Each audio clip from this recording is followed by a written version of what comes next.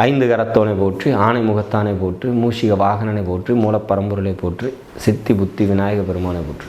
குருவேசர் இணையத்தாள் இணையங்களுக்கு வணக்கம். இது ராகு கேது பெயர்ச்சி காலம் பலன்.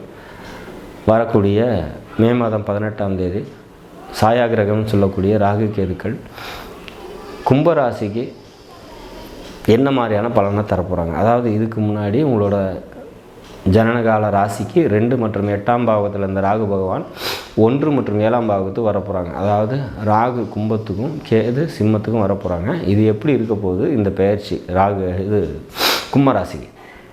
கும்பராசியை பொறுத்த வரைக்கும் இதுக்கு முன்னாடி 2ஆம் பாவத்தில் இருந்து தேவையற்ற குடும்பத்தில் குழப்பங்களும் சண்டை சச்சரவுமா இருந்த ராகு பகவான் பெயர்ச்சியாக இப்போ ராசிக்கே வர்றாரு.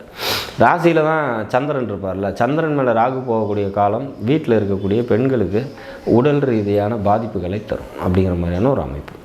மனக்குழப்பம் ஏற்படும், எதுலையும் முடிவெடுக்க முடியாத ஒரு சூழ்நிலை ஏற்படும். 40 வயசுக்கு மேலே இருக்கிறீங்க அப்படின்னா தூக்கமின்மை ஏற்படும், பொருளாதார நெருக்கடி ஏற்படும் அப்படிங்கிற மாதிரியான சுச்சுவேஷன்ஸ் தான் க்ரியேட் ஆகும். 7ஆம் பாவத்தில் கேது ட்ராவல் ஆகக்கூடிய டைம் பணம் கொடுக்கல் வாங்குற சம்மந்தப்பட்ட விஷயங்களில் கூடுதல் கவனத்தோடு இருந்துக்கணும். யாருக்கிட்ட எதை கொடுத்துருந்தாலும் அது நேரத்தில் கிடைக்காது. ஒரு துணியை தைக்க கொடுக்குறோம் அப்படின்னா அதை குறித்த நேரத்தில் டெலிவரி நமக்கு சேராது அப்படிங்கிற மாதிரியான ஒரு டிலேடு ப்ராசஸாக போகும். நம்மக்கிட்ட கொடுக்கல் வாங்க செய்யக்கூடியவங்க, நம்ம சந்திக்கக்கூடியவங்க எல்லாருமே பார்த்திங்கனாக்கா நம்மளை சோதனை பண்ணுற மாதிரியான விஷயத்தில் தான் கொண்டு போய் விடுவாங்க. கேது பகவான் ஞானியை குறிக்கக்கூடிய ஒரு கிரகம், தெய்வ அனுகூலத்தை குறிக்கக்கூடிய கிரகம். ஸோ கோவில் சம்மந்தப்பட்ட விஷயத்தில் இருக்கிறவங்களுக்கு அனுகூலமான ஒரு விஷயம். ஞானிகளை சந்திக்கக்கூடிய வாய்ப்புகள் கிடைக்கும் அப்படிங்கிற மாதிரியான ஒரு அமைப்பு. பல பேருக்கு பெரிய க்ஷேத்திரங்களுக்கு போயிட்டு வரதுக்கான வாய்ப்புகள்லாம் அமையும் அப்படிங்கிற மாதிரியான ஒரு விஷயம்.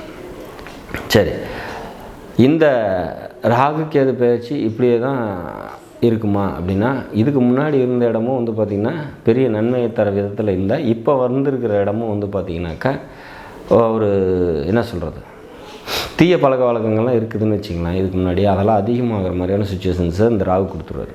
அப்போ ஃப்ரெண்ட்ஸு சர்க்கிளு பழக்க வழக்கம் இந்த மாதிரியான விஷயங்கள்லாம் கூடுதல் கவனத்தோடு இருக்கணும். குறிப்பாக கொடுக்கல் வாங்கல் சம்மந்தப்பட்ட விஷயங்களில் கூடுதல் கவனத்தோடு இருக்கணும்.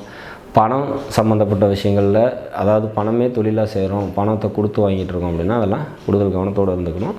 இந்த 1.5 வருஷத்துக்கு கொஞ்சம் கடுமையாக இருக்கும். சரி, எல்லாருக்குமே இப்படி தான் இருக்குமா அப்படின்னா அதான் இல்லை.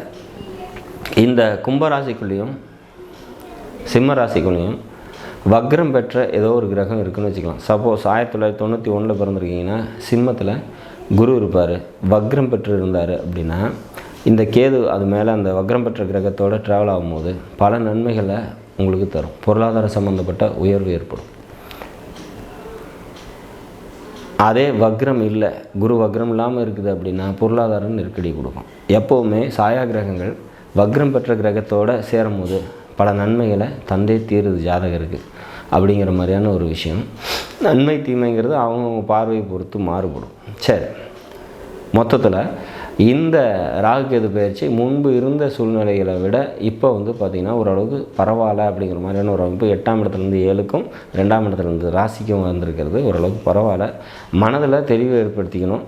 உடல் ரீதியான பிரச்சனைகள் எதுவும் ஏற்பட்டது அப்படின்னா தோல் சம்மந்தப்பட்ட நோய்கள் ஏற்படுறதுக்கு ஒரு சில பேருக்கு ஏற்படும் அப்படிங்கிற மாதிரியான ஒரு விஷயம். எப்போவுமே ஃபுட் பாய்சன், ஃபுட் அலர்ஜி, ஏன்னா சந்திரன் உணவு காரகன் இல்லையா, அது மேலே ராகு ட்ராவல் ஆகும்போது சில பேருக்கு ஃபுட் அலர்ஜிஸ்லாம் ஏற்படும். அப்போ சாப்பாடு விஷயத்தில், தூக்க விஷயத்தில், மன நிறைவான விஷயங்களில் கூடுதல் ஈடுபாடோட கவனத்தோடு இருந்துக்கிறது சிறப்பு. பழக்க வழக்கத்தில் கூடுதல் கவனத்தோடு இருந்துக்கிறது சிறப்பு.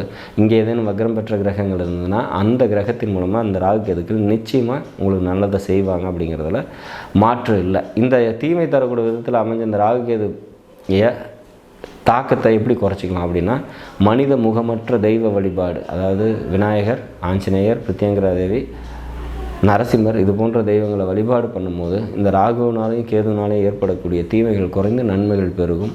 ஜீவசமாதி வழிபாடு நன்மைகளை தரும்.